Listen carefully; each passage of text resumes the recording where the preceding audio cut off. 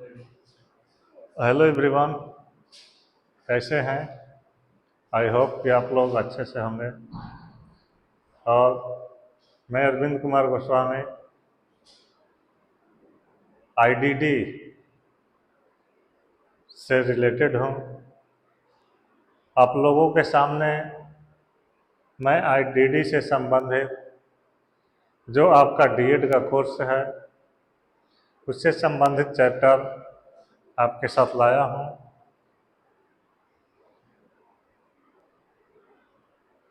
मानसिक विकलांगता या जो भी विकलांगता है, इस विकलांगता का कारण क्या है, ये कैसे हो सकता है, इसका ऐतिहासिक परिप्रेक्ष्य क्या है। आज हम लोग विकलांगता के ऐतिहासिक परिप्रेक्ष्य, राष्ट्रीय और अंतर्राष्ट्रीय, और विकलांगता का मॉडल क्या है। विकलांगता जो है वो कोई नई अवधारणा नहीं है और न ही ऐसी कोई चीज है जो प्रभावित लोगों की बढ़ती संख्या के परिणाम स्वरूप उभरी है, बल्कि विकलांगता एक प्राचीन अवधारणा है जो तब से अस्तित्व में है जब तक लोग अस्तित्व में हैं। विकलांगता क्या है? जब मानव जीवन है तो उनमें विकलांगता होंगी, कुछ न कुछ परसेंट, 1% हो या 0.5% हो, लेकिन विकलांगता होगी। ये कोई नई चीज नहीं है, ये जमाने से आ रही है।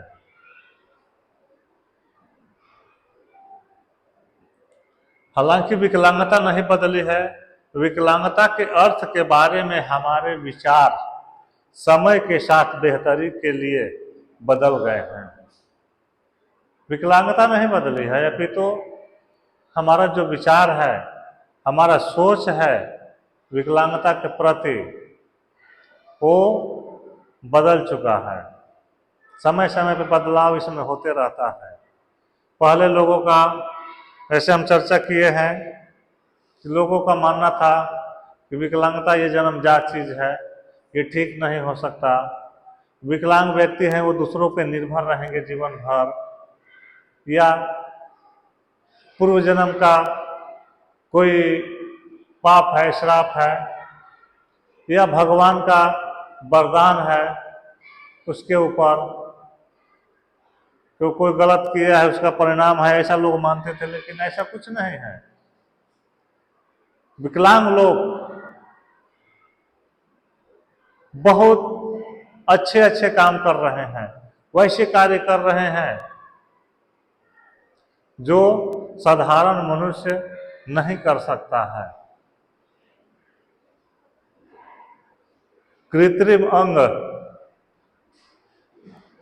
का आविष्कार हुआ तो विकलांग लोगों के जीवन में बहुत सारे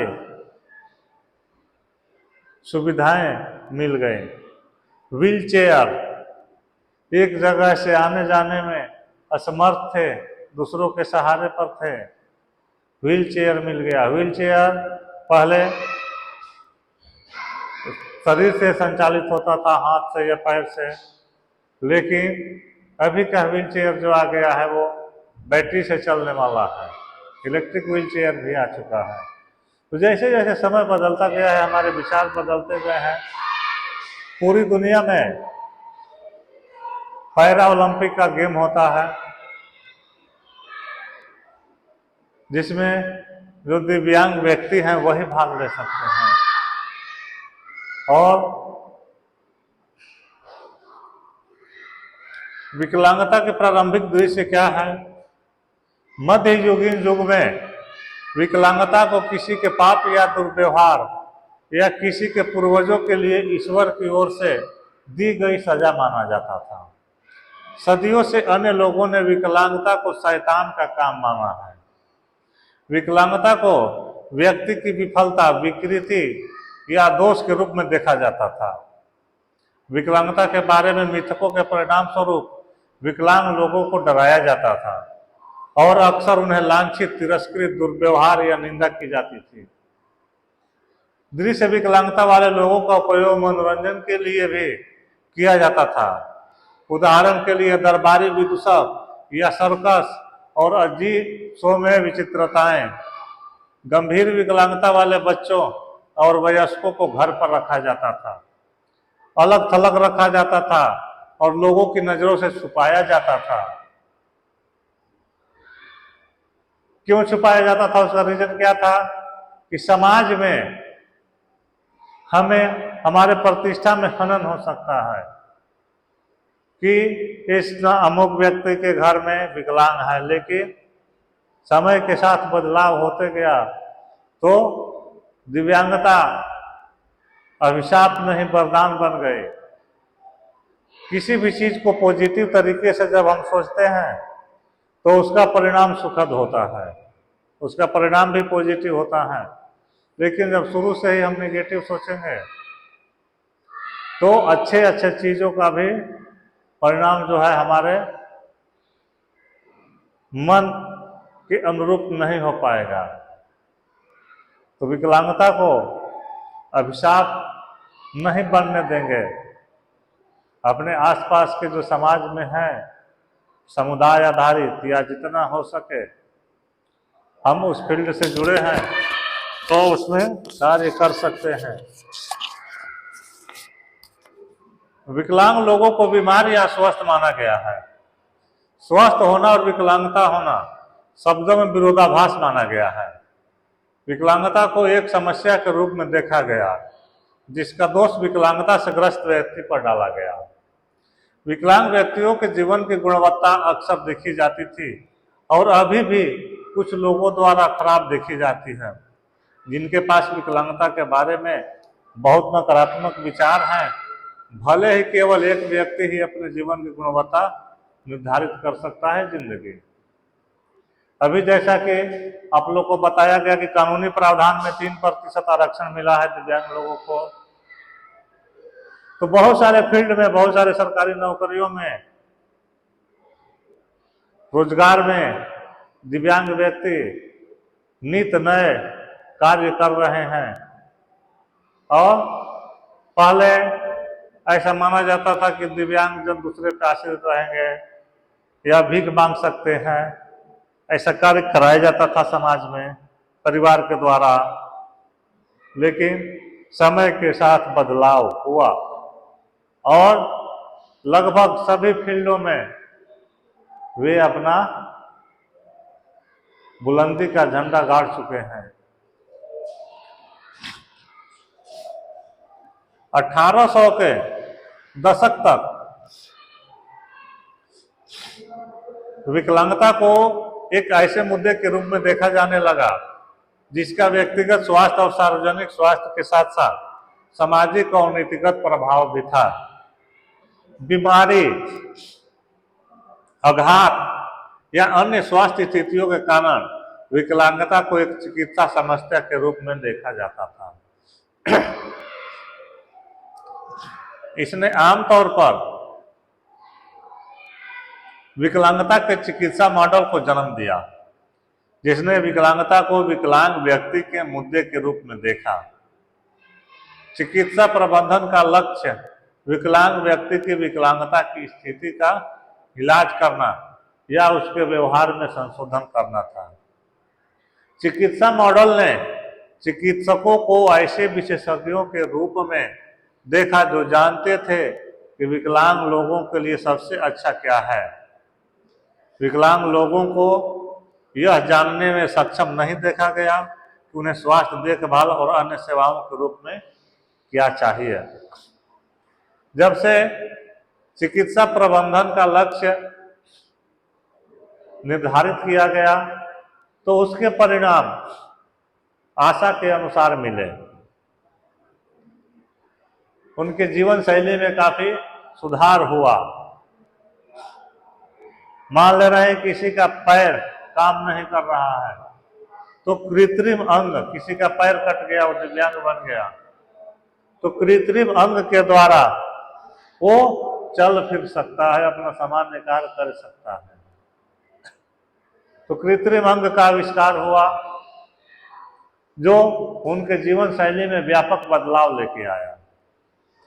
हाल ही में विकलांगता को पर्यावरणीय और सामाजिक कारकों के परिणाम स्वरूप देखा गया है, जो विकलांग व्यक्तियों की अपनी समुदायों या परिवारों में पूरी तरह से भाग लेने या उन्हें आवश्यक देखभाल और सेवाएं प्राप्त करने की क्षमता में बाधा के रूप में कार्य करते हैं।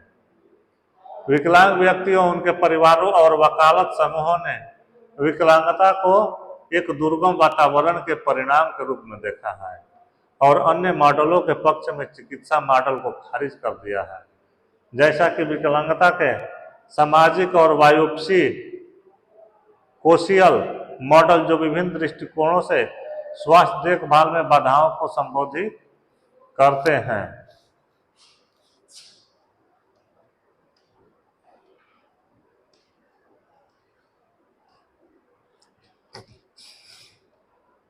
विकलांगता के मॉडल क्या है? विकलांगता के मॉडल हानि को परिभाषित करने और अंततः एक आधार प्रदान करने के उपकरण हैं, जिस पर सरकार और समाज विकलांग लोगों को जरूरतों को पूरा करने के लिए रणनीति तैयार कर सकते हैं।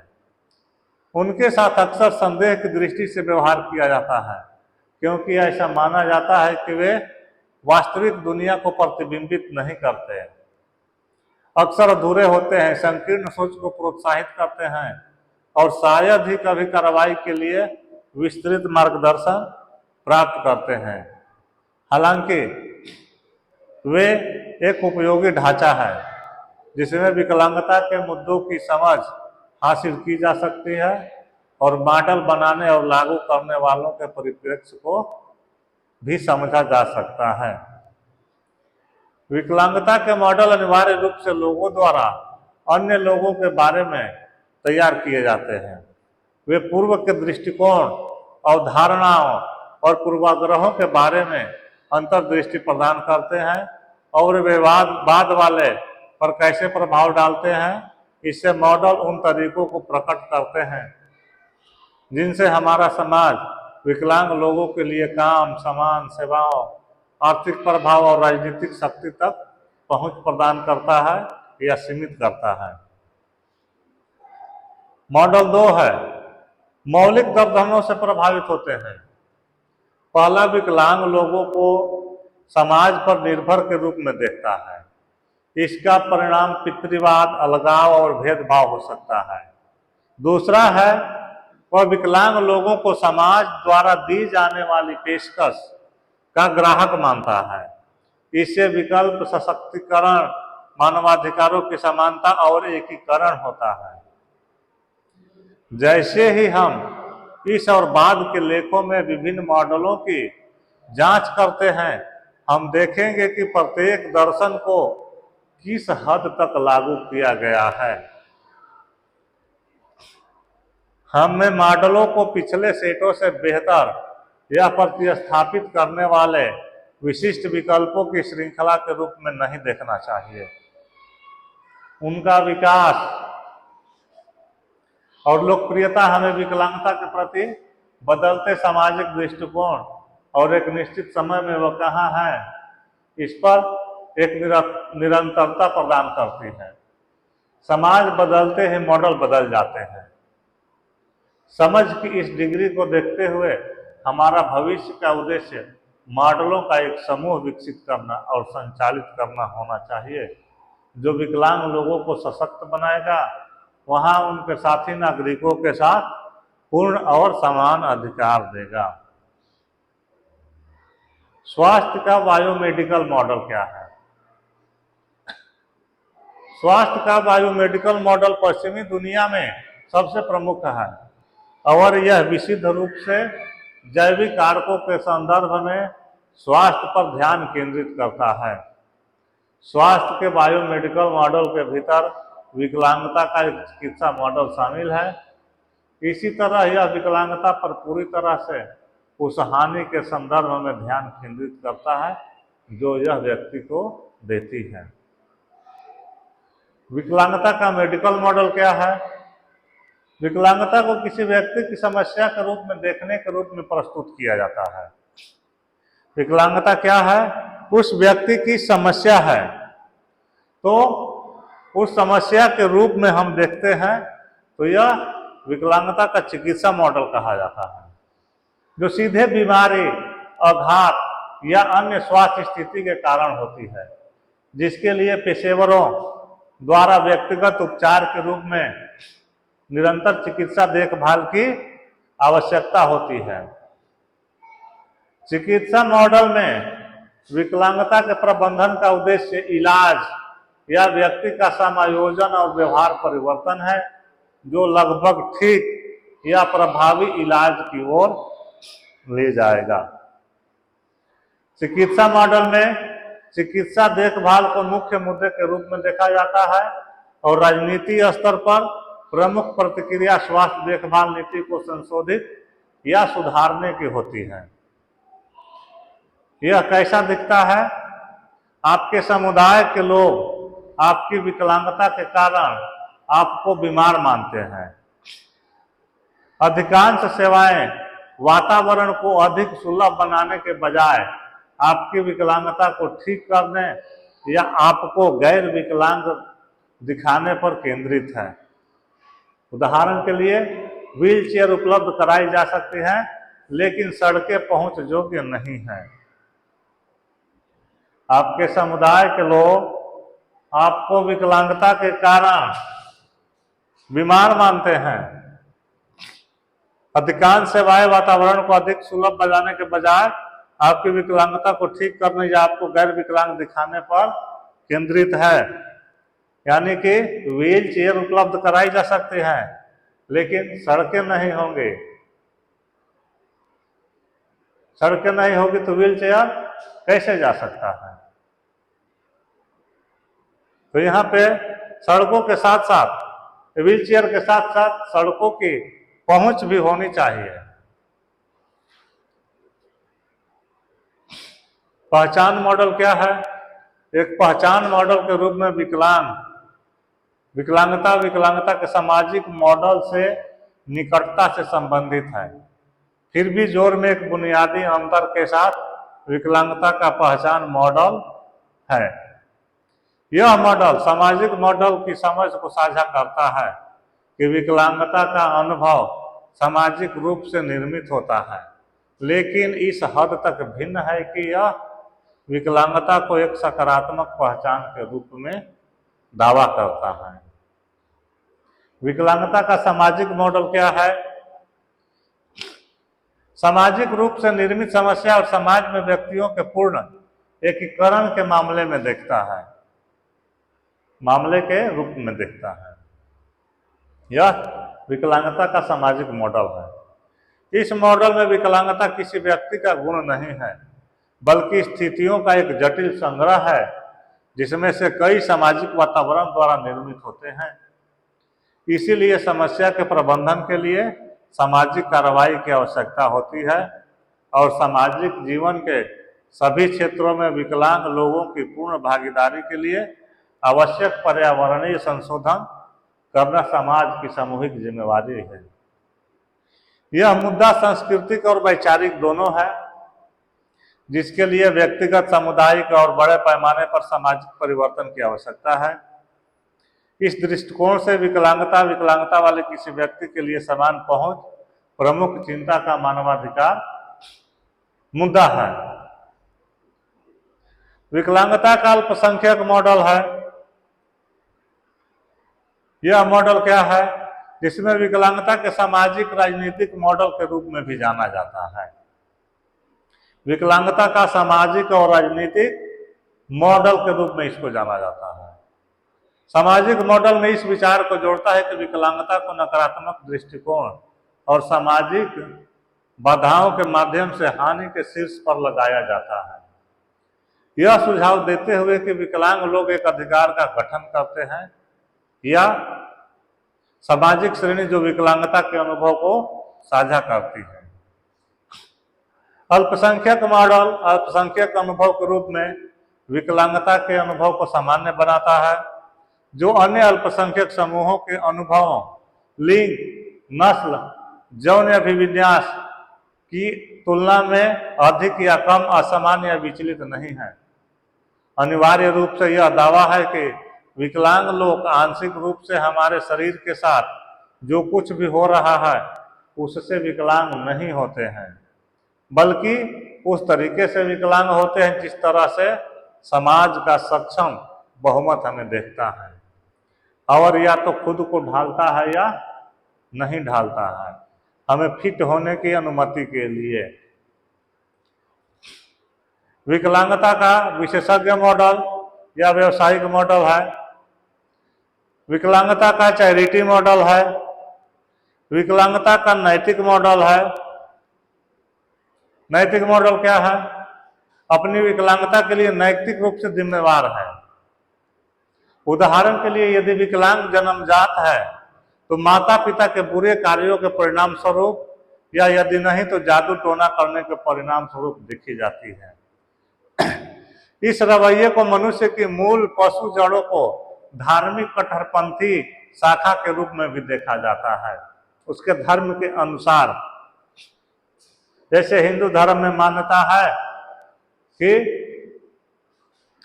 उसके माता पिता के कुकर्मों या उसके पूर्व जन्म के कुकर्मों के रूप में वो विकलांग हुआ है। मनुष्य ने किसी भी ऐसे बच्चे को मार डाला जो जंगल में अपने आप जीवित नहीं रह सकता था। इसकी अनुगूंज भारतीय धर्मों के कर्म सिद्धांत में देखी जा सकती है। विकलांगता का वैधता मॉडल क्या है? विकलांगता को एक मूल्य आधारित निर्धारण के रूप में देखता है, जिसके बारे में असामान्य स्पष्टीकरण विकलांगता श्रेणी में सदस्यता के लिए वैध है। विकलांगता का सशक्तिकरण मॉडल, विकलांगता का सामाजिक अनुकूलित मॉडल, विकलांगता का आर्थिक मॉडल, विकलांगता का विविधता मॉडल, विकलांगता का धार्मिक मॉडल। धार्मिक मॉडल में क्या है? धार्मिक मॉडल विकलांगता का सबसे पुराना मॉडल है। यह जुदेव ईसाई परंपरा सहित कई धार्मिक परंपराओं में पाया जाता है। विकलांगता का धार्मिक मॉडल एक पूर्व आधुनिक प्रतिमान है जो विकलांगता को ईश्वर के कार्य के रूप में देखता है। आमतौर पर विकलांग व्यक्ति या उनके परिवार द्वारा किए गए कुछ पापों की सजा है। इस अर्थ में विकलांगता प्रकृति में दंडात्मक और दुखद है। ऐसा माना गया है कि प्रकृति उनको दंड दिया है। यह है विकलांगता का धार्मिक मॉडल। विकलांगता का बाजार मॉडल है, विकलांगता का मानव आधारित मॉडल है। ये सब विकलांगता का स्पेक्ट्रम मॉडल है। विकलांगता का स्पेक्ट्रम मॉडल दृश्यता, श्रव्यता और संवेदनशीलता की सीमा को संदर्भित करता है, जिसके तहत मानव जाति कार्य करती है। मॉडल इस बात पर जोर देता है कि विकलांगता का मतलब ऑपरेशन के स्पेक्ट्रम में कमी होना नहीं है।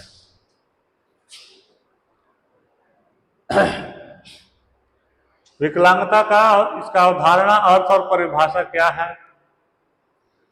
शिक्षा एक आजीवन प्रक्रिया है जिनमें कई नियोजित और अनियोजित अनुभव शामिल होते हैं, जो बच्चों और वयस्कों को उस समाज और संस्कृति के साथ बातचीत के माध्यम से विकसित और होने और सीखने में सक्षम बनाते हैं जिसमें वे रहते हैं।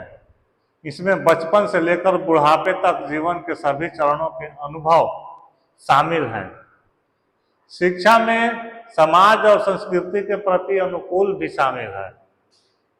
जीवन की घटनाओं के सभी संयोजनों के साथ अनुकूलन का अर्थ क्या होगा?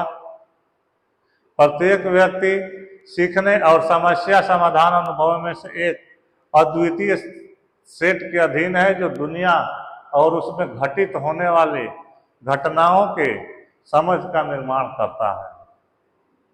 हालांकि यदि हम अपनी उपस्थिति को पूर्व स्कूली से तृतीयक शिक्षा तक पूरे समय जानबूझकर सीखने और बच्चों की शिक्षा तक सीमित रखते हैं, तो इसमें केंद्रीय या राज्य शिक्षा प्राधिकार द्वारा निर्धारित पाठ्यक्रम से सीखना शामिल होगा। कई बच्चे ऐसे हैं जो किसी कारण से सामान्य रूप से पेश किए जाने वाले स्कूली पाठ्यक्रम का पूरा लाभ नहीं उठा पाते हैं। इन बच्चों के लिए यह सुनिश्चित करने के लिए विशेष व्यवस्था की जाती है कि उन्हें समान अवसर प्राप्त हो, अनुभव प्राप्त हो जो उनकी क्षमताओं की सीमा तक सीखने और विकसित करने में मदद करेंगे। ऐसा करना होगा, उनके लिए विशेष व्यवस्था करना होगा जिससे उनके लिए समान अवसर मिले, उनकी जो क्षमता है वे अपनी क्षमता के अनुसार शिक्षा हासिल कर सकें या कोई विशेष प्रशिक्षण हासिल कर सकें। ये बच्चे कौन हो सकते हैं? इस सवाल से निपटने में हमारी मदद करने के लिए हमें पहले कुछ विशेषणों को समझने की जरूरत है जिनका सामना या अपनी संदेह विशेष आवश्यकता वाले बच्चों के बारे में पढ़ते समय करेंगे। ये विशेषण है अशक्त, विकलांग और विकलांग। पिछले कुछ वर्षों में इन शब्दों का प्रयोग अक्सर एक दूसरे के स्थान पर और कभी कभी लापरवाही से किया जाता रहा है, हालांकि उनके विशेष अर्थ और वैचारिक अंतर हैं जिसे जानना हमारे लिए महत्वपूर्ण है। विश्व स्वास्थ्य संगठन ने 1980 में international classification of impairments, disabilities and handicaps के प्रकाशन के माध्यम से नुकसान, विकलांगता और विकलांगता शब्दों को परिभाषित किया है, जो वर्गीकरण से संबंधित एक मैनुअल है। WHO ने 1980 में international classification of impairment, disability and handicap ICIDH का प्रकाशन किया, तो उसके माध्यम से नुकसान, विकलांगता और विकलांगता शब्दों को परिभाषित किया। रोगों के परिणाम ICIDH हानि, विकलांगता और विकलांगता की धारणाओं और परिभाषाओं का प्रस्ताव करता है और इन आयामों के बीच संबंध पर चर्चा करता है। यह एक रेखीय मॉडल पर आधारित है जो बीमारी, हानि और विकलांगता से विकलांगता की ओर प्रगति दर्शाता है। हानि क्या है?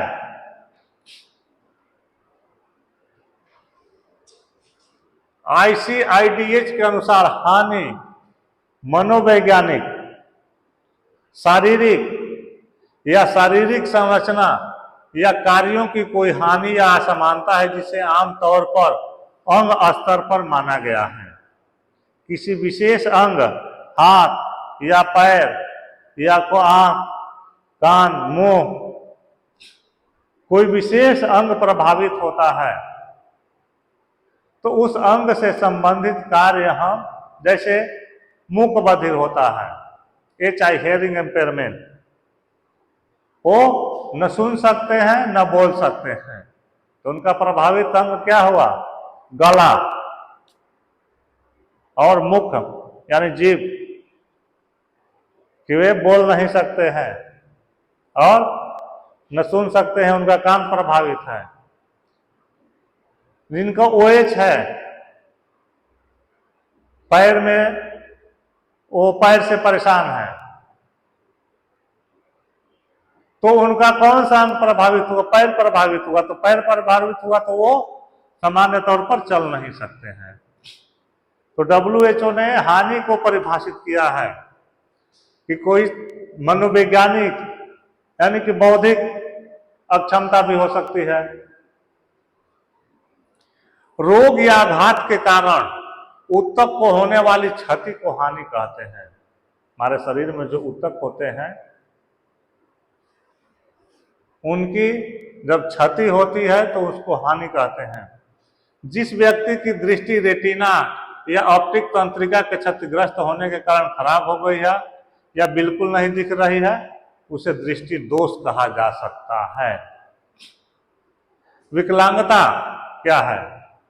विकलांगता को मनुष्य के लिए सामान्य माने जाने वाले तरीके से या सीमा के भीतर किसी गतिविधि को करने में किसी भी प्रतिबंध या क्षमता की कमी यानी हानि के परिणाम स्वरूप के रूप में परिभाषित किया गया है, जिसे आमतौर पर व्यक्ति के स्तर पर माना गया है। विकलांगता व्यक्ति के कार्यात्मक प्रदर्शन और गतिविधि के संदर्भ में हानि के परिणामों को दर्शाती है। जिस व्यक्ति की ऑप्टिक तंत्रिका या रेटिना क्षतिग्रस्त है, उसे उन कार्य करने की अपनी एक सीमाएं होंगी जिनमें दृष्टि के उपयोग की आवश्यकता होती है। यहाँ पर दृष्टि दोष है तो ये हानि है। यहाँ पर उन कार्य को करने की अपनी सीमाएं हैं जिसमें दृष्टि उपयोग की आवश्यकता होगी, तो विकलांगता है। और विकलांगता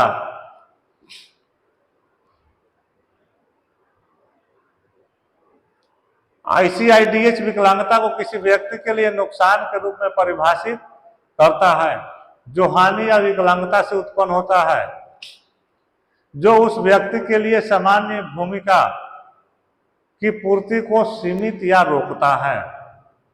उसकी उम्र, लिंग और सामाजिक संस्कृति कारकों के आधार पर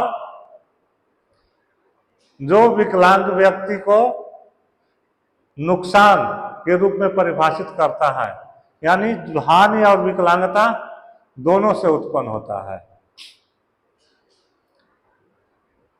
स्थिति क्या है? हानि है।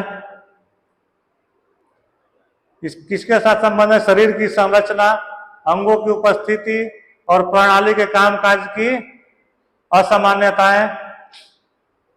क्या चीज का प्रतिनिधित्व करता है? किसी अंग या ऊतक स्तर पर गड़बड़ी। विकलांगता क्या है? कार्यात्मक प्रदर्शन और गतिविधियों की सीमाएं या नुकसान, व्यक्तिगत स्तर पर अशांति। और अपंगता क्या है? हानि और विकलांगता से होने वाली हानियां जो है अपंगता है। इसकी स्थिति है जो विशिष्ट सीमाएं हैं। यहाँ पर जो विकलांगता दिया गया है इसको अपंगता हम कह सकते हैं, क्योंकि इसके ऊपर जो विकलांगता है ये प्रिंटिंग दोष है। तो हानि, विकलांगता और अपंगता तीनों में क्या क्या अंतर है इस चार्ट के माध्यम से बताया गया है। विकलांगता में व्यक्तिगत स्तर पर अशांति होती है, हानि में अंग या ऊतक स्तर पर गड़बड़ी होती है और अपंगता की विशिष्ट सीमाएं होती है। मान ले रहे हैं किसी का पैर कट गया ट्रेन से या कोई दुर्घटना से, तो वो अपंग हो गया, तो उसको क्या कहते हैं? अपंगता कहते हैं। ऐसे मान ले रहे हैं कि हमारी रेटिना में कोई गड़बड़ी आ गई तो हमारे रेटिना को क्या हुआ? हानि हुआ। तो ये क्या है? एक अंग विशेष में है। इसी से हम समझ सकते हैं ये रेटिना जो है एक अंग विशेष का है।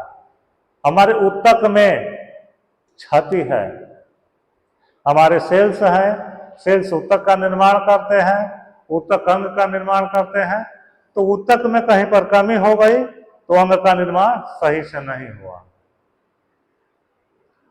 अपंगता, हानि और विकलांगता क्या है कि हानि से उत्पन्न जो अंग हमारा डैमेज हो गया तो उससे हमारे कार्य की प्रदर्शन की जो सीमाएं हैं वो बंध जाएंगे, तो हमें उसके लिए किसी विशेष आवश्यकताएं होंगी। तो यानी कि व्यक्तिगत रूप पे हमारी क्षति हुई है। WHO द्वारा हानि, विकलांगता और अपंगता के अंतर्राष्ट्रीय वर्गीकरण क्या क्या किया है? प्रत्येक शब्द की परिभाषा में अंतर को स्पष्ट रूप से रेखांकित किया गया है। हानि एक पैथोलॉजिकल स्थिति के बाह्यकरण का प्रतिनिधित्व करती है और ऊतक स्तर पर होती है। विकलांगता का तात्पर्य परंपरागत रूप से अपेक्षित गतिविधि, प्रदर्शन और व्यवहार की अधिकता या कमियों से है और यह व्यक्ति के स्तर पर स्थित होती है। विकलांगता यानी अपंगता व्यक्ति के लिए सांस्कृतिक, सामाजिक, आर्थिक और पर्यावरणीय परिणामों को दर्शाती है जो हानि और विकलांगता की स्थिति से उत्पन्न होती है। स्वास्थ्य विकलांगता का एक आयाम है जो सामान्य गतिविधियों यानी स्वास्थ्य समस्याओं के कारण करने में लंबे समय से चली आ रही है सीमा को शामिल करती है। इस अवधारणा पर आधारित संकेतकों का उपयोग जनसंख्या स्तर पर सामान्य स्थिति, विकलांगता और संबंधित असमानताओं और स्वास्थ्य देखभाल आवश्यकताओं का मूल्यांकन करने के लिए किया जा सकता है। यूरोपीय सांख्यिकी प्रणाली के भीतर प्रयुक्त परिचालन परिभाषा का उदाहरण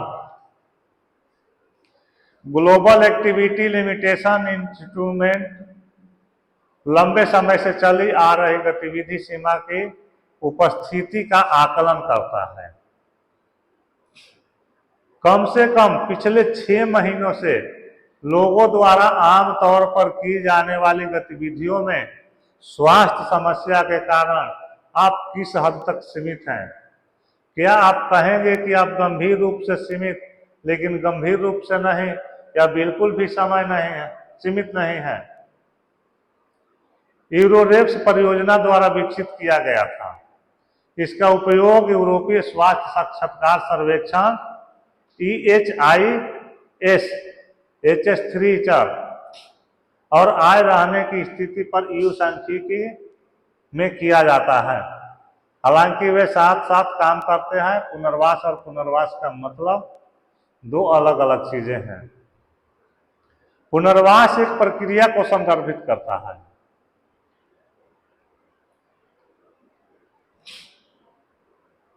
पुनर्वास एक ऐसी प्रक्रिया को संदर्भित करता है जिसका उद्देश्य विकलांग लोगों को दैनिक जीवन के लिए कौशल प्रदान करने के लिए बनाए रखने या सुधारने में मदद करता है। इसकी सेवाओं में शारीरिक, व्यावसायिक और भाषा चिकित्सा, दर्द प्रबंधन से संबंधित विभिन्न उपचार और ऑडियोलॉजी और अन्य सेवाएं शामिल है जो अस्पताल और बाह्य रोगी दोनों स्थानों पर प्रदान की जाती है। पुनर्वास का तात्पर्य उन कौशलों, क्षमताओं या ज्ञान को पुनः प्राप्त करना है जो विकलांगता प्राप्त करने के परिणाम स्वरूप या किसी भी विकलांगता या परिस्थिति में बदलाव के कारण खो गए हों या समझौता कर लिए गए हों। जैसा कि CRPD में परिभाषित किया गया है, पुनर्वास और पुनर्वास विकलांग व्यक्तियों को अधिकतम स्वतंत्रता, पूर्ण शारीरिक, मानसिक, सामाजिक और व्यवसायिक क्षमता और जीवन के सभी पहलुओं में पूर्ण समावेश और भागीदारी प्राप्त करने और बनाए रखने में सक्षम बनाता है। पर्याप्त आवास और पुनर्वास सेवाओं के बिना विकलांग व्यक्ति काम करने, स्कूल जाने या सांस्कृतिक, खेल या अवकाश गतिविधियों में भाग लेने में सक्षम नहीं हो सकते हैं। साथ ही अन्य मानवाधिकारों की बाधाएं विकलांग व्यक्तियों के आवास और पुनर्वास के अधिकार का दावा करने से रोक सकती हैं। सेवाएं मौजूद हो सकती हैं, लेकिन यदि सुलभ परिवहन नहीं है तो कई विकलांग व्यक्तियों को इन सेवाओं का लाभ नहीं मिलेगा। यदि पुनर्वास और पुनर्वास सेवाओं के बारे में जानकारी सुलभ प्रारूप में उपलब्ध नहीं है तो कुछ विकलांगता वाले व्यक्तियों को कभी पता नहीं चलेगा कि वो मौजूद हैं। पुनर्वास से उनके जीवन कौशल में बहुत सारा बदलाव आता है। उनके कौशल, उनकी क्षमताएं जो वो कर सकते हैं उनको बताया जाता है। सामाजिक रूप से सरकारी संगठनों द्वारा, गैर सरकारी संगठनों द्वारा उनकी शारीरिक, व्यावसायिक या जो उनकी आवश्यकताएं हैं उस आवश्यकता के अनुसार उसकी जीवन शैली को सरल बनाया जाता है। वही पुनर्वास की प्रक्रिया है। पुनर्वास हम पहले भी इसकी चर्चा कर चुके हैं। तो आज ये विकलांगता के विभिन्न मॉडल थे। आगे इस चैप्टर में भी अभी बहुत कुछ है, आगे के भाग में और आपको बताया जाएगा। और आप लोग सोच रहे होंगे कि ऑब्जेक्टिव क्वेश्चन नहीं आ रहे हैं, तो ये विभिन्न मॉडल है, तो इस मॉडल में ऑब्जेक्टिव क्वेश्चन नहीं बनता है, इसमें विशेष जानकारी नहीं है। विकलांगता का एक सामान्य परिचय है जो आपके सामने रखी गई है। आगे जैसे विषय वस्तु आएगा तो आपके सामने ऑब्जेक्टिव क्वेश्चन भी होंगे। कल हो सकता है कि ऑब्जेक्टिव क्वेश्चन आपको होंगे, ऐसे आगे पढ़ाई होगा इसमें। तो आज के चैप्टर में इतना, आगे होगा कल। तब तक के लिए धन्यवाद।